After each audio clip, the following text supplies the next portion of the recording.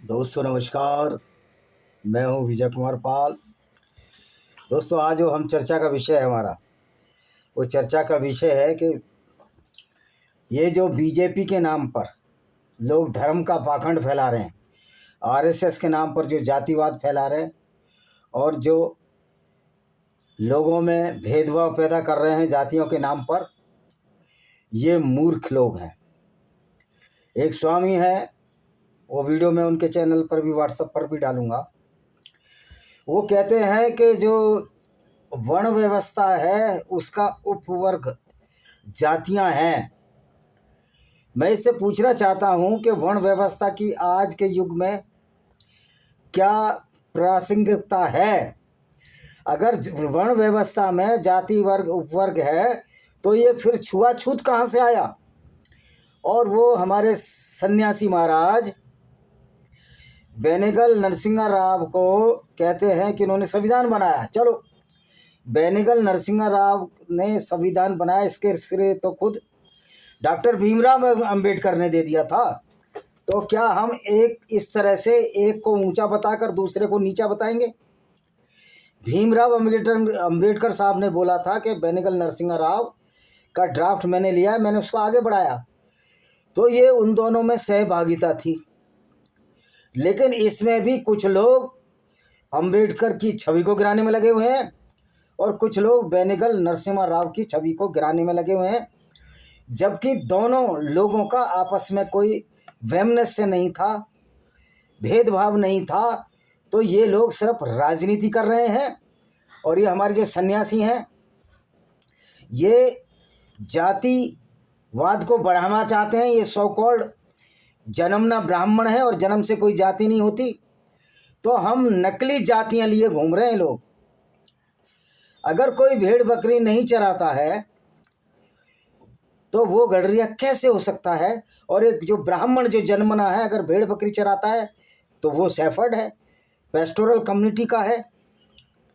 तो हम लोगों को समझना चाहिए, सनातन वैदिक धर्म में जाति का कोई कंसेप्ट नहीं है। तो ये स्वामी, अब क्या नाम है, जौनपुर के आसपास के हैं, क्यों जातिवाद बढ़ाना चाहते हैं?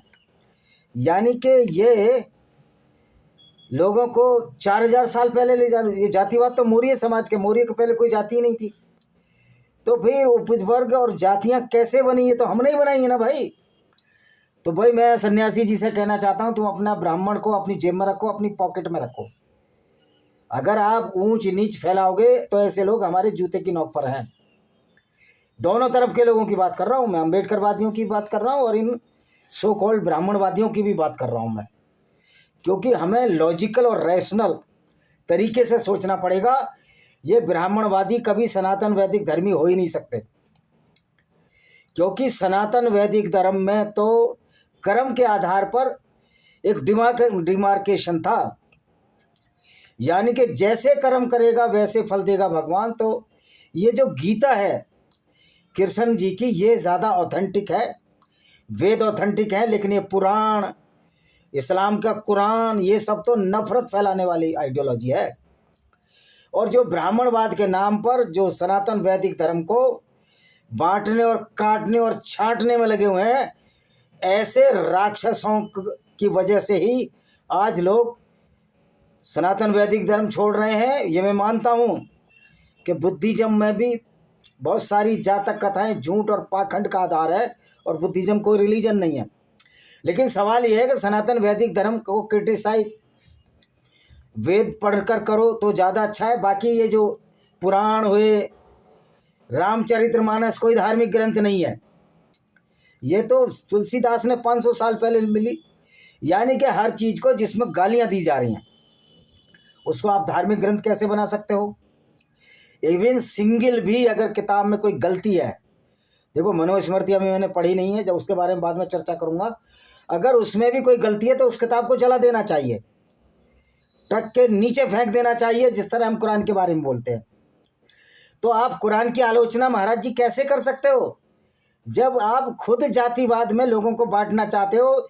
तुम जन्मना ब्राह्मण हो, अपने को सर्वश्रेष्ठ मानते हो, तो तुम अपना ये सर्वश्रेष्ठपन अपने पॉकेट की जेब में रखो। हमारे पे ऐसी सर्वश्रेष्ठता हमारे जूते की नोक पर है। हम तो उस विचारधारा को मानने वाले लोग हैं जहाँ ना कोई सवर्ण है ना कोई अवर्ण है,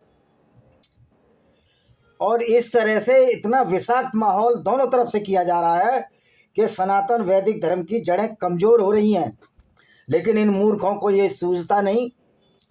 ये मूर्ख बहुत से उसमें गेरुआ वस्त्रधारी हैं, रामभद्राचार्य जैसे लोग कुछ भी बोल देते हैं। रामचरितमानस धार्मिक ग्रंथ हो ही नहीं सकता। जो धार्मिक ग्रंथ भेदभाव पैदा करे, फिर ढोल गंवार पशु शूद्र नारी। तुलसीदास जी नारी से ही पैदा थे। तुलसीदास को तो ताड़ना इनकी पत्नी ने दी।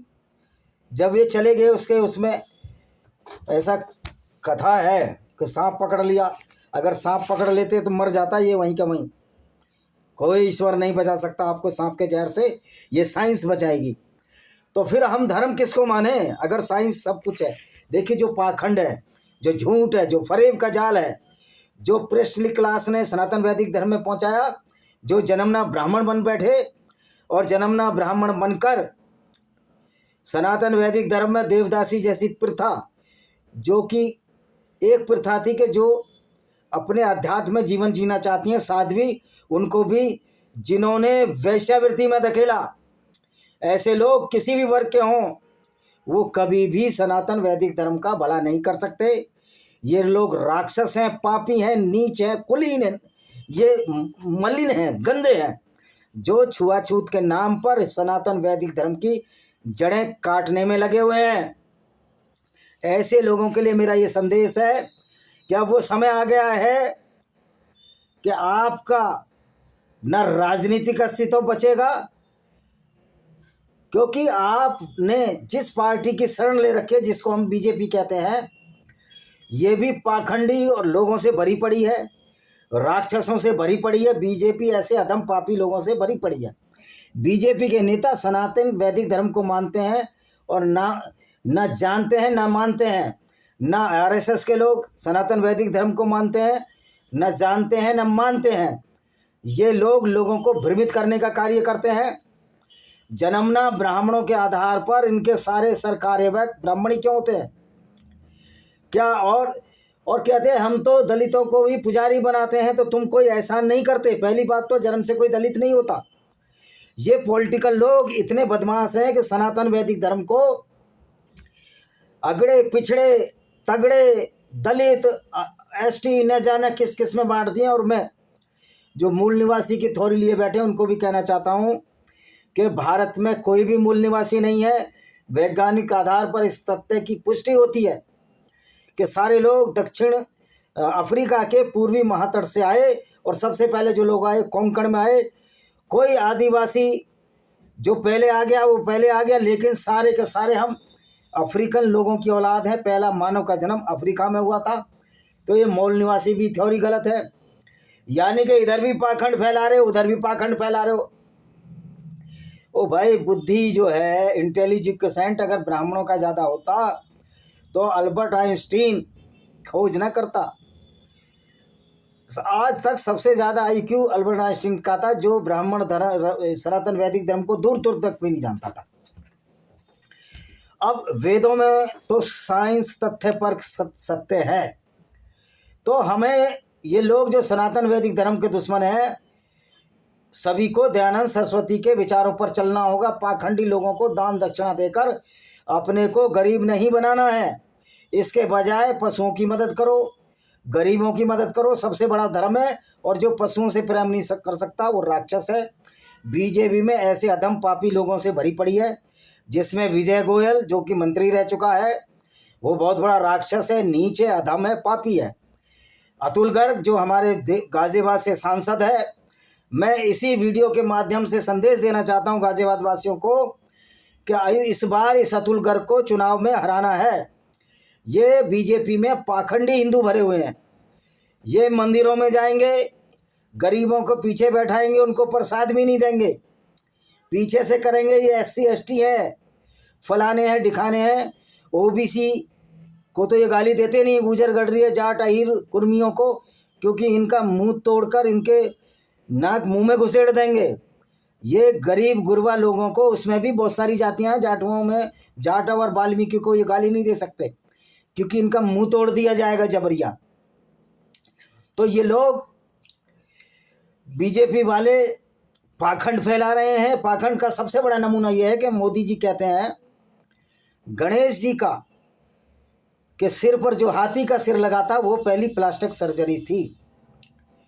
दुनिया में ऐसा कोई व्यक्ति नहीं है जो एक फैमिली, सब फाइलम होते हैं, मैं जूलॉजी में मास्टर डिग्री है, मैमल्स में भी कार्निवोरा होता है जिसमें ये कुत्ते आते हैं, बिल्ली आती है, शेर आता है, और एक मैमल्स में मनुष्य भी है। तो मनुष्य की तंत्रिका कोशिकाओं में, मनुष्य के जो बुद्धि का जो केंद्र है जिसको मस्तिष्क कहते हैं, उसकी कैविटी में बहुत बड़ा अंतर होता है। तो हाथी का सिर गणेश जी के सिर पर नहीं लगाया जा सकता, ये बहुत बड़ी मूर्खता है। हनुमान जी सूरज खा लिया, वो हनुमान जी अगर सूरज खाते थे तो जड़ी बूटी लेने के लिए इतना दूर क्यों उड़ते हैं? वो तो गप करते हिमालय पहाड़ उनके मुंह में आ जाता और वहाँ से लक्ष्मण जी के लिए जड़ी बूटी छाट ली जाती। तो फिर कहते हैं ये तो हाइपर होने अतिशयोक्तियाँ। जब अतिशयोक्तियाँ हैं तो ऐसी अतिशयोक्तियों की वैज्ञानिक युग में क्या ज़रूरत है? और ऐसी अतिशयोक्तियों की वैज्ञानिक युग में क्या ज़रूरत है कि ब्राह्मण बुद्धि से ज़्यादा होता है? साइंस ने प्रूव कर दिया है कि कोई भी बुद्धि सबको बराबर मिलती है। उसका उपयोग, हाँ कुछ लोग ज्ञानवान होते हैं जो अपनी बुद्धि का उपयोग करते हैं, कुछ तंत्रिका तंत्र की गड़बड़ी से, न्यूरोलॉजी सिस्टम की गड़बड़ी से बुद्धि में हून हो जाते हैं। मोंगलोइड चाइल्ड ऐसे लोगों को कहा जाता है जिनके सिर पे बाल भी नहीं होते, बुद्धि भी कम होती है। वो भी साइंटिफिक एरर है, बायोलॉजिकल एरर है, डीएनए की एरर है। लेकिन भाई सब लोग तो मोंगलोइड नहीं है, मूर्ख नहीं है, सबकी बुद्धि तो ऐसी नहीं है। ऐसे बहुत लोग हैं जो लॉजिकली बात करते हैं। तब लॉजिकली बात करें तो सनातन वैदिक धर्म में जो पाखंड ठहराया है वो कहीं ठहरता ही नहीं है। अब समुद्र पर पुल बांधा था तो पुल दिख रहा है, उसके निशान है, लेकिन पानी पर पत्थर कभी नहीं तैरा करते हैं। अगर कोई पत्थर स्पंज का है तो भले ही तैर जाए। और ये साइंस का सिद्धांत है कि जो आप, जैसे लोहे का जहाज भी पानी पर तैर जाता है, जो पत्थर से भी, वो कब तैरता है? जब जो उसका सरफेस इतना बड़ा होता है कि जो पानी का जो आयतन है जहाज के आयतन से वो ज़्यादा हटाता है, जहाज तैरता है जिसका सरफेस एरिया ज़्यादा होता है। तो ये साइंटिफिक वैल्यू है। दूसरी बात है बीजेपी वाले अतुल गर्ग, विजय गोयल और बहुत हद तक ये रेखा गुप्ता, ये वैसे तो ये पाखंड फैलाएंगे सनातन वैदिक धर्म का। कुत्तों भैरव की सवारी है, शंकर जी का रूप भैरव की सवारी है। काले कुत्ते को रोटी खिलाओ तो सारे कुत्तों को क्या काले रंग से रंग देना चाहिए? फिर वैसे कुत्तों को भगा रहे हैं कि कुत्ता काटता है। भाई कुत्ता भूखा रहेगा तो काटेगा, तो इंसान भी तो इंसान को कत्ल कर रहा, बलात्कार कर रहा, तो सारे लोगों को क्या जेल में डाल देना चाहिए? कुत्तों का क्या जीवन जीने का अधिकार नहीं है उनका?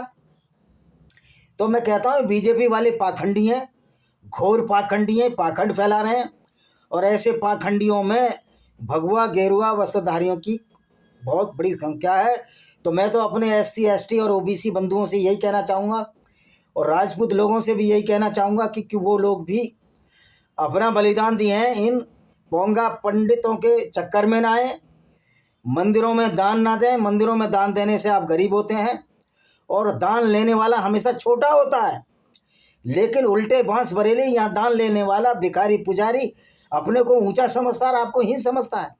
इससे बड़ी मूर्खता क्या होगी? आप ऐसे व्यक्ति को दान दे रहे हो जिसकी हैसियत आपसे छोटी है, लेकिन फिर भी आपको नीच समझ रहा है। बाहर से भले ही कुछ कहे कि हम जातिवाद नहीं मानते, हर व्यक्ति का दिल जानता है वो कितना जातिवाद मानता है। देखिए मुझे तो न छुआछूत का सामना पड़ा, न जातिवाद का सामना पड़ा, क्योंकि मैं तो ऐसे समुदाय में पैदा हुआ कि जो अपनी रोटी खुद कमाना जानता है। हम पेस्टोरल लोग हैं, खेती जानते हैं, और हमारे महापुरुषों ने तलवार के दम पर इंदौर जैसी सत्ता बनाई। कृष्णदेव राय जैसे लोग हुए जिन्होंने, हरिहर बुक्का नाम के 2 लोग हुए जिन्होंने के वहाँ अपना साम्राज्य, विजयनगर साम्राज्य स्थापित किया। तो ये लोग कहते हैं कि हर सिर्फ राजपूत ही क्षत्रिय हैं। भाई राजपूत सब तो बहुत बाद में आया है। ये आप कह सकते हो कि राजपूत अधिकांश लोग युद्ध लड़ते थे, वो क्षत्रिय हैं, लेकिन हर क्षत्रिय राजपूत नहीं है। ये गुर्जर और अन्य एक जाति का नाम नहीं लिया, जितनी भी पेस्टोरल कम्युनिटी है जो जंगलों में रहती थी, अपना पशुपालन करती थी, इवन भील वगैरह, ये भी क्षत्रिय हैं। ये तुमसे बहादुर क्षत्रिय हैं कि जो जंगल में रहकर हिंसक शेर जानवरों से अपनी रक्षा करते थे। और आज भी आप शारीरिक बनावट देख लीजिए इन पेस्टोरल कम्युनिटीज़ की, आदिवासियों की आपसे ज़्यादा मजबूत बनावट है। तो मैं उन भाइयों से अपील करना चाहता हूं कि सनातन वैदिक धर्म की वाट मत लगाओ। ये जातिवाद फैलाकर वैसे भी 2 कौड़ी की औकात नहीं होती। अगर आप हमें नीचा समझोगे तो हमारे लिए तुम 2 कौड़ी के नहीं हो, हमारे जूते के नोक के भी बराबर नहीं हो। हर आदमी का स्वाभिमान होता है और सनातन वैदिक धर्म में कोई ऊंच नीच की व्यवस्था ही नहीं है, जन्म से जाति की व्यवस्था नहीं है। ये वर्ण व्यवस्था भी आउटडेटेड हो चुकी है, इसको भी अब लात मार दी है सब लोगों ने। हर जाति में से कोई वकील है, कोई पुलिस में है, कोई डॉक्टर है, कोई कुछ है, कोई कुछ है। तो ये यार, ये स्वामी जी, जौनपुर वाले स्वामी, नाम मैं भूल रहा हूँ, वो बेनेगल नरसिंह राव के चक्कर में मोइन अनिल मिश्रा जी, ये सब जो है ना, ये अब थोड़ा सा बाहर निकलो। जो वास्तविकता है, जिसने संविधान बनाया, दोनों का रेस्पेक्ट करो और सब लोग एक दूसरे का रेस्पेक्ट करें। लेकिन जाति के नाम पर आप किसी का निरादर करोगे तो ऐसे लोग जूते की नोक पर आ जाएंगे लोगों के, और ये हो रहा है और आगे भी होगा। इसलिए अपनी पुरानी व्यवस्था को छोड़िए, झूठे जाति के छद्म आवरण को, जो कि घिनौना है, नीचता की प्रवृत्ति दर्शाता, उसको छोड़िए और सनातन वैदिक धर्म की स्थापना में अपना उच्चतम योगदान दीजिए। आप रिजर्वेशन बिल्कुल खत्म कर दीजिए, आप जाति व्यवस्था खत्म कर दीजिए, हम तो इसके फेवर में हैं। कौन सा यशवंत राव होलकर, जो कि गडरिये थे, धनगर थे, उन्होंने कौन सा रिजर्वेशन से राज बनाया था? जाटों ने कौन सा रिजर्वेशन से राज बनाया था? उदापासी ने कौन सा रिजर्वेशन से राज बनाया था? अवंतीबाई कोरी, जिनको आप हरिजन मानते, एससी में लेते हैं, उन्होंने कौन सा किसी आरक्षण के बल पर राज बनाया था? धनकली गुर्जर ने कौन सा आरक्षण लिया था? धन सिंह कोतवाल ने, रामकली गुर्जर, मामकौर गडरिया ने कौन सा आरक्षण लिया था? वो लोग भी तो लड़े ना। फिर तुम लोग कैसे महान हो गए? यानी के दूध बतासे भौजी खाए और ऐसी तैसी कराना देवर जाए। तुमने राजपूतों को कटवा दिया, पिछड़ी जाति जिनको कहते हो वो मर कट गए धर्म के लिए, और तुम फिर भी दूसरों को नीच बता रहे हो। यार ये नहीं चल सकता। तुम हो कितने से? तो ये जाति, ये बालेश्वर त्यागी भी बहुत बड़ा जातिवादी है। जब एक अनूप चौधरी थे गाजियाबाद में, बालेश्वर चौधरी जो मंत्री रह चुके हैं, बहुत बड़े जातिवादी, गौड़ जातिवादी। तो अनूप चौधरी, ये मेरे सामने की बात है, मैं जब पढ़ता था, अनूप चौधरी कह रहा मंदिर में हम अपना पुजारी बैठाएंगे, जो जटवाड़ा में रहते थे, लोकदल में थे।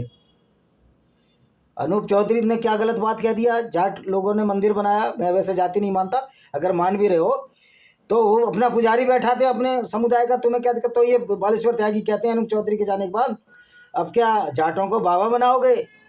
तो बाबा तुम रहो अपनी खोल में, तुम पॉकेट में रहो, अपनी जेब में रहो, ये सब चल नहीं सकता। हमारे अहिर भाई कौन से कम बहादुर हैं जो एक स्टेट बना ली? राव तुलाराम कहाँ लड़ने गए थे? देखा?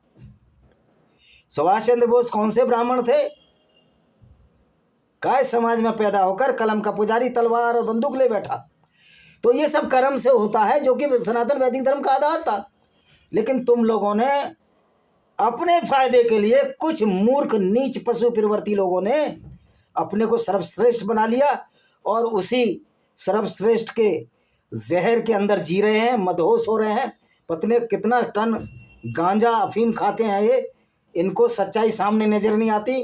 वेदों की वो वसुदेव कुटुंबकम की परिभाषा इनको समझ में नहीं आती। इसी के साथ मेरी इस किताब को पढ़िए, ये है, इसको पढ़िए, पैनोरमा ऑफ डेमोक्रेसी भाई विजय कुमार पाल, और बहुत सारी किताबें हैं, उनको पढ़िए। और मैंने तो इस्लाम की आलोचना की है, तो ये जो झूठ फैलाया गया सनातन वैदिक धर्म में, इसको क्रिटिसाइज करने का हमारा अधिकार है, क्योंकि हम सनातन वैदिक धर्मी हैं।